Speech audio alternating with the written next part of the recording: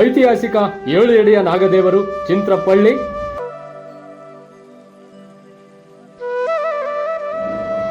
ವಿಜಯನಗರ ಅರಸರ ಕಾಲದ ಸಾಮಂತ ರಾಜರ ಅವಧಿಯಲ್ಲಿ ನಿರ್ಮಿಸಿದ ಕೆರೆಯ ಬದಿಯಲ್ಲಿ ಸುಮಾರು 7 ರಿಂದ 8ನೇ ಶತಮಾನದ ಒಳಗೊಂಡಿರುವ 7 ಎಡೆ ನಾಗದೇವರು. ವಿಶೇಷವಾಗಿ ಒಂದು ಕಾಲದಲ್ಲಿ ನಾಗಾರಾಧನೆ ಜರುಗುತ್ತಿದ್ದ 7 ಅಡಿ ನಾಗದೇವರು.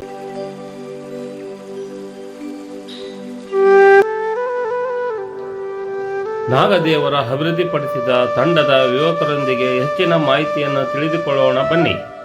ನಮಸ್ಕಾರ, ನಾನು ಕೊಟ್ರೇಶ್ ತಳವಾರ್, ಚಿಂತ್ರಪಳ್ಳಿ ಚಿತ್ರಕಲಾವಿದರು.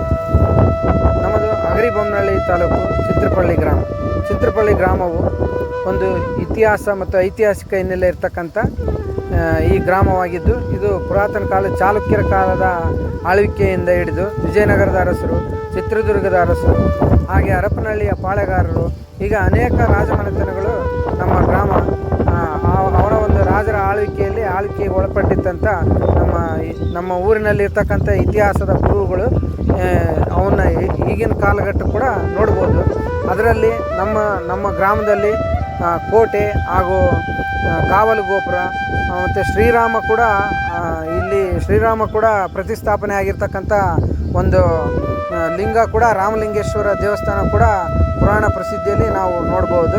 ಹಾಗೆಯೇ ಕಾಲಘಟ್ಟಗಳ ನಂತರ ಇದು ಎಲ್ಲ ಕುರುಹುಗಳು ಇಲ್ಲಿ ಕಳೆದೋಗಿರ್ತವೆ.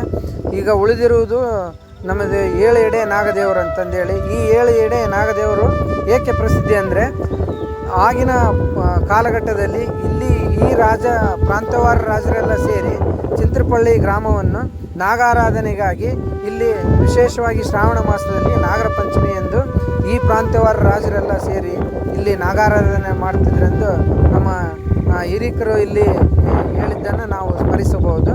ಹಾಗೆಯೇ ಇದು ಕಳೆದ ಒಂದು 5 ವರ್ಷಗಳಿಂದ ನಾವು ಇದನ್ನೆಲ್ಲ ನಮ್ಮ ಗ್ರಾಮದ ಹಿರಿಯರ ಒಂದು ಸಲಹೆ ಮತ್ತು ಅವರ ಮಾರ್ಗದರ್ಶನ ಮೇರೆಗೆ ಇಲ್ಲೆಲ್ಲ ಸ್ವಚ್ಛತೆ ಕಾರ್ಯ ಮಾಡಿ ಈಗಿನ ಕಾಲಘಟ್ಟ ಕೂಡ ಇದು 7 ಎಡೆ ನಾಗರ ದೇವರು ಎಲ್ಲರಿಗೆ ಒಂದು ದರ್ಶನ ಸಿಗಲಿ ಅಂತಂದೇಳಿ ನಾವು ಕಳೆದ ಒಂದು 4 ವರ್ಷದಿಂದ ಇದನ್ನು 7 ಎಡೆ ನಾಗದೇವರನ್ನು ಈ ನಮ್ಮ ಅಗರಿಬೊಮ್ಮನಹಳ್ಳಿ ಹಾಗೂ ಸುತ್ತಮುತ್ತ ನಮ್ಮ ಜಿಲ್ಲೆಗೆ ಹೀಗೆ ನಾವು ಬುಕ್ಕಸಾಗರ ಮತ್ತು ಕುಕ್ಕೆ ಸುಬ್ರಹ್ಮಣ್ಯದಲ್ಲಿ ಈ ಥರ ನಾವು ಕಾಣಬಹುದು.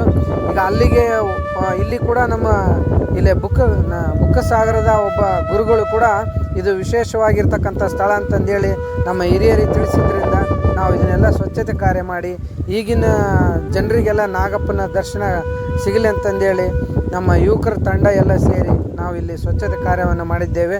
ಶ್ರಾವಣ ಮಾಸ ಪೂರ್ತಿ ನೀವು ಇದನ್ನೆಲ್ಲ ಬಂದು ಇಲ್ಲಿ 7 ಎಡೆ ನಾಗದೇವರ ದರ್ಶನವನ್ನು ಪಡೆದು ಇಲ್ಲಿರ್ತಕ್ಕಂಥ ಪ್ರಕೃತಿ ಸೌಂದರ್ಯವನ್ನು ತಾವೆಲ್ಲ ಸವಿಬೇಕೆಂದು ನಾನು ಕೇಳ್ಕೊಳ್ತೇನೆ. ಹಾಗೇನು ನಮ್ಮ ಘನ ಸರ್ಕಾರದಿಂದ ಈ ಕೆರೆ ಅಭಿವೃದ್ಧಿ ಆಗುತ್ತಿದ್ದು, ಈ ಕಳೆದ 3 ವರ್ಷದಿಂದ ನಾವೇನು 7 ಎಡೆ ನಾಗದೇವರ ಸ್ವಚ್ಛತೆ ಕಾರ್ಯ ಮಾಡಿದ್ರಿಂದ ಇಲ್ಲಿ ದೇವರ ಆಶೀರ್ವಾದದಿಂದ ಈ ಕೆರೆ ಕೂಡ ಕಾಮಗಾರಿ ಆಗಿದ್ದು, ಈ ಕೆರೆ ಏನಪ್ಪ ಅಂದ್ರೆ ಹೇಳ್ಬೇಕಂದ್ರೆ ಹಾವಿನ ಆಕಾರದಲ್ಲಿ ಇರ್ತಕ್ಕಂಥ ವಿಶೇಷ ಕೆರೆ ಅಂತ ನಾನು ಹೇಳಕ್ಕೆ ಇಷ್ಟಪಡ್ತೀನಿ.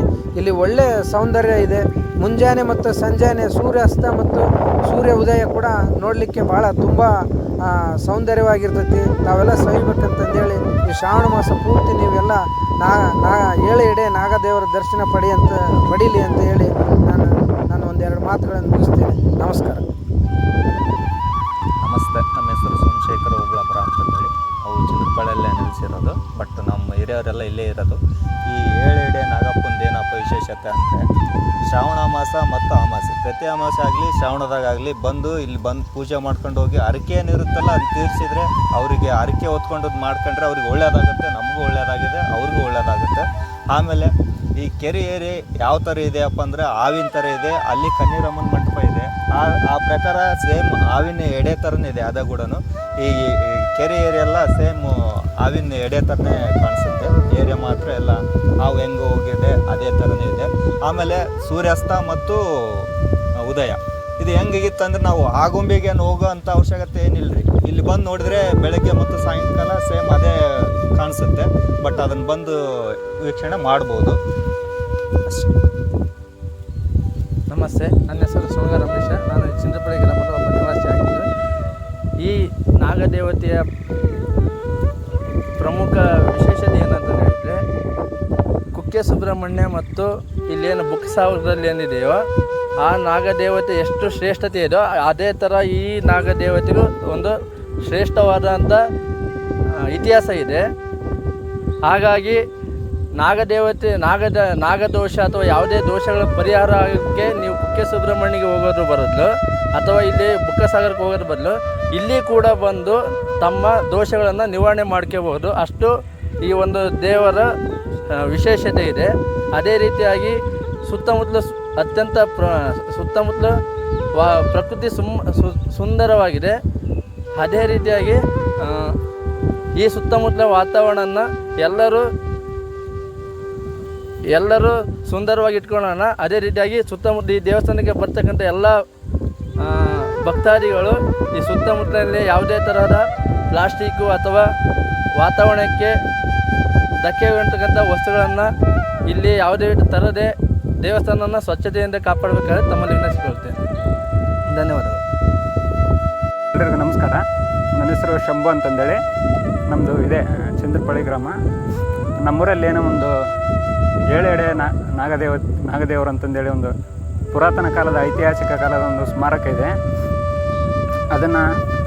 ಅದಕ್ಕೆ ಈ ಒಂದು 5-6 ವರ್ಷಗಳ ಹಿಂದೆ ತುಂಬ ಹಾಳಾಗಿಬಿಟ್ಟು ಅದ್ರ ಹಿಂದೆ ಗಿಡ ಗಂಟೆಗಳು ಮುಳ್ಳುಗಳೆಲ್ಲ ಬೆಳೆದು ನಾಶ ಆಗ್ತಕ್ಕಂಥ ಒಂದು ಪರಿಸ್ಥಿತಿಯಲ್ಲಿತ್ತು.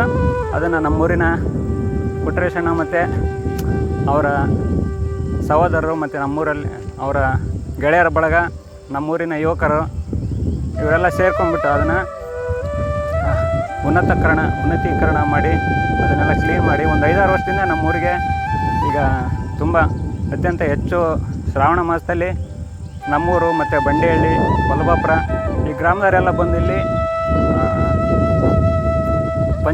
ಪಂಚಮಿ ದಿವಸದಂದು ಬಂದು ಇಲ್ಲಿ ನಾಗ ಪೂಜೆ ಮಾಡಿ ಹಾಲಿನ ಅಭಿಷೇಕ ಮಾಡ್ತಕ್ಕಂಥ ಕಾರ್ಯಕ್ರಮ ನಡೀತಾಯಿದೆ. ಈಗ ಈ ಒಂದು 6 ತಿಂಗಳಿಂದ ಕೆರೆ ಏರಿ ಅಭಿವೃದ್ಧಿ ಕಾರ್ಯಕ್ರಮ ನಡೀತಾಯಿದೆ. ಅದ್ರ ಜೊತೆಗೆ ನಾಗದೇವರು ಬರ್ತಾ ಇನ್ನೂ ಪ್ರಸಿದ್ಧಿ ಆಗಲಿ ಅಂತ ಹೇಳಿ ಇಲ್ಲಿ ಕೆಲವೊಂದು ಯುವಕರು ಏನು ಮಾಡ್ತಿದ್ದಾರೆ ಅಂದರೆ ಅದನ್ನು ಸದುಪಯೋಗ ಪಡಿಸ್ಕೊಳ್ಳೋ ಬದಲು ದುರುಪಯೋಗ ಪಡಿಸ್ಕೊಂಡು ಇಲ್ಲೆಲ್ಲ ಕುಡಿಯೋಂಥದ್ದು ಮದ್ಯಪಾನ ಧೂಮಪಾನ ಎಲ್ಲ ಮಾಡಿ ಅದನ್ನು ಐತಿಹಾಸಿಕ ಸ್ಥಳವನ್ನು ನಾಶ ಮಾಡ್ತಕ್ಕಂಥ ಕೆಲಸನ ಮಾಡ್ತಿದ್ದಾರೆ. ದಯವಿಟ್ಟು ಅದನ್ನ ಯಾರು ಮಾಡಬೇಡ್ರಿ. ಇನ್ನೂ ಹೆಚ್ಚು ಯುವಕರಿಗೆಲ್ಲ ಅದ್ರ ಬಗ್ಗೆ ಜಾಗೃತಿ ಮೂಡಿಸಿ ಅದನ್ನು ಕಾಪಾಡ್ಕೊಂಡು ಹೋಗ್ತಕ್ಕಂಥದ್ದು ನಮ್ಮೆಲ್ಲರ ಕರ್ತವ್ಯ. ಅದನ್ನು ನಾವು ಮುಂದಿನ ಪೀಳಿಗೆಗೆ ವರ್ಗಾಯಿಸ್ಬೇಕು. ಅದು ಒಂದು ನಮ್ಮೆಲ್ಲರ ಪ್ರಜೆಗಳಾಗಿ ನಮ್ಮೆಲ್ಲರ ಜವಾಬ್ದಾರಿಯಾಗಿರ್ತದೆ. ದಯಮಾಡಿ ಅದನ್ನೆಲ್ಲ ಇನ್ನೂ ಹೆಚ್ಚು ಜನರಿಗೆ ಅದ್ರ ಬಗ್ಗೆ ತಿಳಿಸಿ ಅರಿವು ಮೂಡಿಸ್ತಕ್ಕಂಥ ಕೆಲಸವನ್ನು ಮಾಡಿ ಅಂತ ಹೇಳ್ತಾ